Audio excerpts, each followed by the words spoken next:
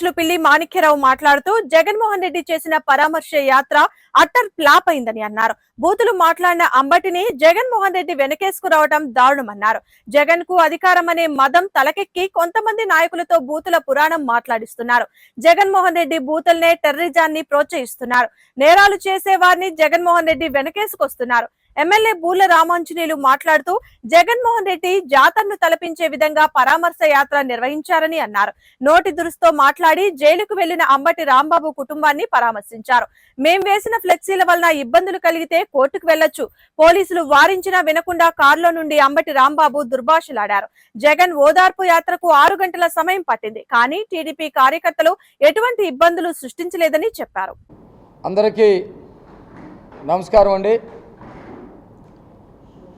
నిన్న జగన్మోహన్ రెడ్డి ఓదార్పు యాత్ర పూర్తిగా నిరుత్సాహంతో నిస్సహాయతో శవం దొరకలేదన్నటువంటి బాధతోటి కొనసాగినట్టుగా చాలా స్పష్టంగా అర్థమవుతూ ఉంది. శవం కనుక దొరికితే ఆ ఉత్సాహం వేరు. శవాన్ని పరామర్శకి వెళ్ళేటప్పుడు ఇంకొక శవాన్ని తయారు చేసుకొని ముందుకెళ్ళేవాడు జగన్మోహన్ రెడ్డి. 11 గంటలకి నేను ర్యాలీ స్టార్ట్ చేస్తానన్నటువంటి వ్యక్తి 12-1 గంట కూడా స్టార్ట్ కాల. కానీ సాక్షి ఛానల్లో మాత్రం అద్భుతంగా జనం వస్తున్నారు, జనం ఎక్కువ మంది ఉండటం వల్ల ర్యాలీ ఆలస్యం అవుతున్నట్టుగా పెద్ద బిల్డప్లు. అసలు కారణం ఏంటంటే జనమే ఊరు రాలేదు కాబట్టి ఆలస్యంగా ర్యాలీని స్టార్ట్ చేద్దామని చెప్పేసి వాళ్ళ శ్రేణులకి చెప్పడంతో పాటు కనీసం అంబటి రాంబాబు ఇంటి దగ్గర కూడా జనం లేకపోవటం వల్ల జనాన్ని లోకల్లో ఉన్నటువంటి వాళ్ళన్నా సమకూర్చండి అని చెప్పేసి చాలా ఆలస్యంగా తీసుకొచ్చాడు. ఆ ముఖంలో చావు కళ పూర్తిగా కనబడతా ఉన్నటువంటి పరిస్థితి. జగన్మోహన్ రెడ్డి అసలు నిన్న అంబటి రాంబాబు కుటుంబ సభ్యుల్ని పరామర్శించడానికి ఒక ర్యాలీ పెడతాం అనేదే సిగ్గుమాలినటువంటి చర్య. నిజంగా స్కూల్కి వెళ్ళేటువంటి పిల్లలు ఎవరన్నా కనుక ఉంటే, 2 పిల్లలు కొట్టుకుంటే ఆ తల్లిలు 2 పిల్లల్ని తీసుకొని ఎవరి పిల్లని వాళ్ళు తీసుకొని, ఎరా నువ్వు ఎందుకు కొట్టుకుంటున్నావు, ఎందుకు తిట్టుకుంటున్నారు, ఇది తప్పు అని చెప్పేసి వాళ్ళ పిల్లలకి బుద్ధి చెప్పుకుంటారు. ఇది మీరు ఆలోచన చేయాలి. సొంత పిల్లలకి తల్లులు బుద్ధి చెప్పుకుంటారు. కానీ జగన్మోహన్ రెడ్డి నిన్నేం చెప్తున్నాడంటే, అసలు అంబటి మాట్లాడిన దాంట్లో తప్పేముంది, ఏదో 2 బూతులు అట్లా తిట్టాడు, ఆ 2 బూతులకి ఆయన్ని ఈ విధంగా దాడి చేయాలా, లేకపోతే అవమానించాలా, లేకపోతే పోలీస్ స్టేషన్లో కేసులు పెట్టాలా, అరెస్టులు చేయాలని చెప్పేసి మాట్లాడుతున్నటువంటి పరిస్థితి. అంటే అంబటి ఎంత సంస్కారహీనుడో జగన్మోహన్ రెడ్డి అంతకంటే సంస్కారహీనుడిగా కనపడతా ఉన్నాడు. అంబటి ఏమన్నా చిన్నపిల్లగాడా, ఒక 5-6 ఏళ్ళు పోరగాడా అనకూడదు. కిందకి దాదాపు 70 ఏళ్ళు వచ్చినాయి.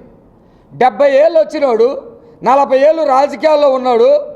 ఎట్లా మాట్లాడాలో తెలీదా, ఎందుకు మాట్లాడాలో తెలీదా? ఇవన్నీ కాకుండా భయంకరంగా బూతులు మాట్లాడినటువంటి అతను మాట్లాడింది తప్పు కాదని చెప్తాడు. నాకు ఒక సామెత గుర్తుకొస్తూ ఉంది, ఒక సంస్కృత స్లోగన్, కామాతురానే నభయం నలజ్జ.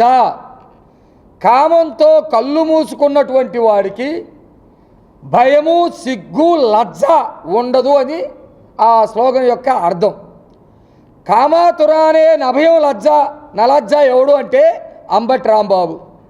కామాతురానే నభయం నలజ్జ ఎవడంటే జోగి రమేష్. వీళ్ళందరికీ కామంతో కళ్ళు మూసుకొని ఇష్టం వచ్చినట్టు మాట్లాడుతూ ఉన్నారు. జగన్మోహన్ రెడ్డి విషయంలోకి వచ్చేసరికి నేను కామాతురానే నభయం నలజ్జ అని అనలేదు. ఎందుకంటే అది ఉందో లేదో, అసలుదైనా ఉందో లేదో అని నాకు తెలియదు. మదాతురానే నభయం నలజ్జ అంట. మదమెక్కినటువంటి వాడికి సిగ్గు, లజ్జ ఉండదు అని అర్థం. ఇతనికి ఏం మదం ఎక్కింది అంటే అధికారం కావాలనే యావ మదం ఎక్కింది. అధికారాన్ని అనుభవించాం, మళ్ళీ కావాలనే మదమెక్కింది. అందుకనే ఈ రాష్ట్రంలో కొంతమందిని బలహీన వర్గాలకి సంబంధించినటువంటి వైసీపీ మాజీ నాయకుల్ని కొంతమందిని ఎంచుకొని వాళ్ళ చేత బూతుల పురాణాన్ని నెక్కిస్తూ ఉన్నారు. అమ్మా ఇది స్టార్ట్ చేయమ్మా. బూతుల పురాణకి నమస్కారం. నిన్న జగన్మోహన్ రెడ్డి గారు ఒక సానుభూతి, ఓదార్పు, పరామర్శ ఈ పదాలు ఉపయోగించి ఒక జాతరను తలపించే విధంగా కేకలు కేరింతలతో మరి అదొక రాజకీయ కోణంతో, రాజకీయ దురుద్దేశంతో తన పబ్బం గడుపుకోవడానికి జరిపినటువంటి ఒక యాత్ర కాదది, జాతరలాగా కనపడింది.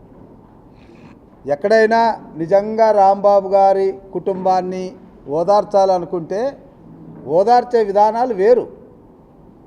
ఓదార్చడానికి ఒక పద్ధతి ఉంటుంది. ఆ పద్ధతి ఈయన ఎప్పుడూ పాటించలే.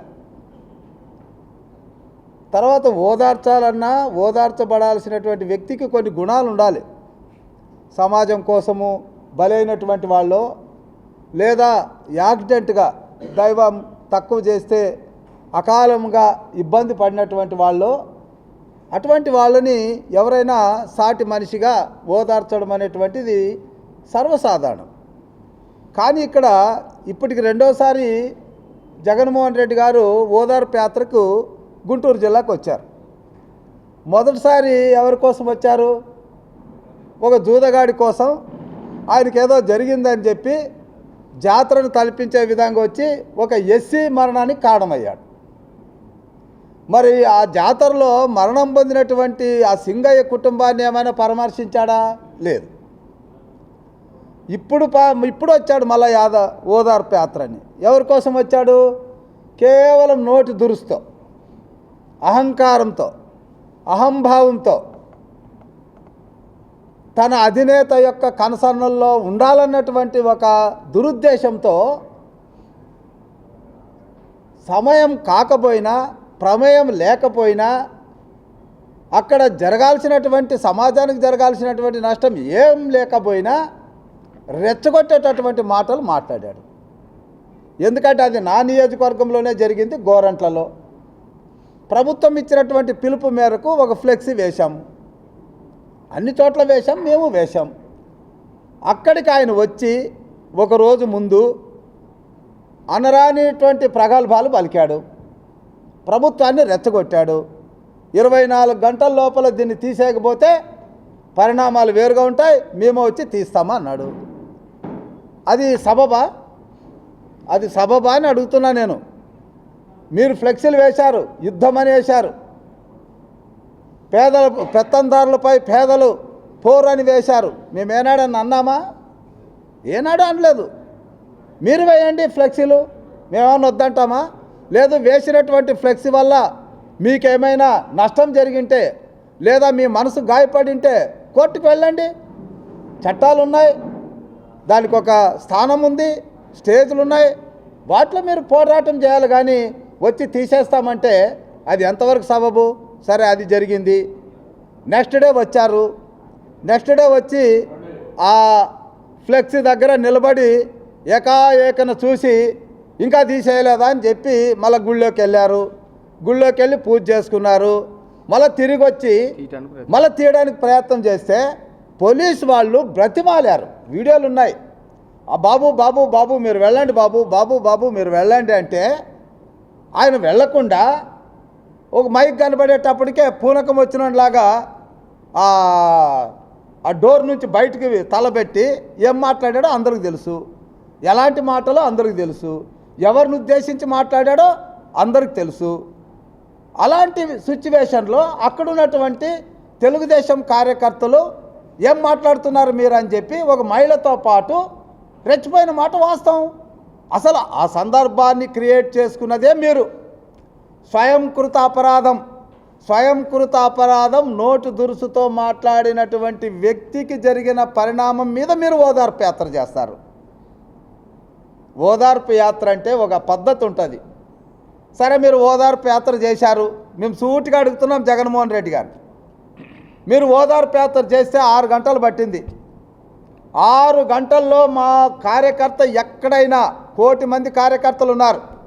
ఎక్కడైనా మిమ్మల్ని విమర్శించడం కానీ, మీ మీద చిన్న ఒక రాయి వేయడం కానీ, లేదా గుడ్లు వేయడం కానీ, లేదా మిమ్మల్ని నిరసన చేయడం కానీ ఎక్కడైనా చేశారా? మరి మీరేం చేశారు? పల్నాడులో జరిగినటువంటి సంఘటనకు ఆనాటి ప్రతిపక్ష నేత, అప్పటికే 3 పర్యాయాలు ముఖ్యమంత్రిగా పనిచేసినటువంటి చంద్రబాబు నాయుడు గారు పరామర్శించడానికి వెళితే ఇంటికి తాళానికి గేట్లు వేస్తారు, తాళ్ళు కడతారు. ఎవరు కట్టారో అందరికీ తెలుసు సమాజానికి. తీరమల వెళితే రాళ్ళు, కోడిగుడ్లు, చెప్పులు వేస్తారు. మీకు మాకు తేడా ప్రజలు గమనిస్తున్నారు. మీ 2 సార్లు జరిగినటువంటి యాత్రలో ఎవ్వరు కూడా మిమ్మల్ని ప్రతిఘటించలే, కానీ మీరు చేసింది ఏంటి? కాబట్టి ఇక్కడ మేము అడుగుతున్నాము, మీరు ఓదార్చండి. మరి మీ ప్రభుత్వ నిర్వాహకం వల్ల 2019-24 మధ్య మీ ప్రభుత్వ నిర్వాహకం వల్ల ఒక డాక్టర్ మాస్క్ అడిగిన పాపానికి చంపబడ్డాడు. మేము చంపబడ్డాడని చెప్తున్నాం. ఒక డాక్టర్, మరి ఆయన్ని పరామర్శించారా? మాస్క్ పెట్టుకోలేదని కిరణ్ అనేటువంటి వాడిని చంపబడ్డాడు, అతను పరామర్శించారా? అతని కుటుంబాన్ని ఇసుక రేట్ని అడిగినందుకు వరప్రసాద్ అనేటువంటి పిల్లవాడిని తీసుకొని వచ్చి స్టేషన్లో గుండు కొట్టించి చిత్రహింసలు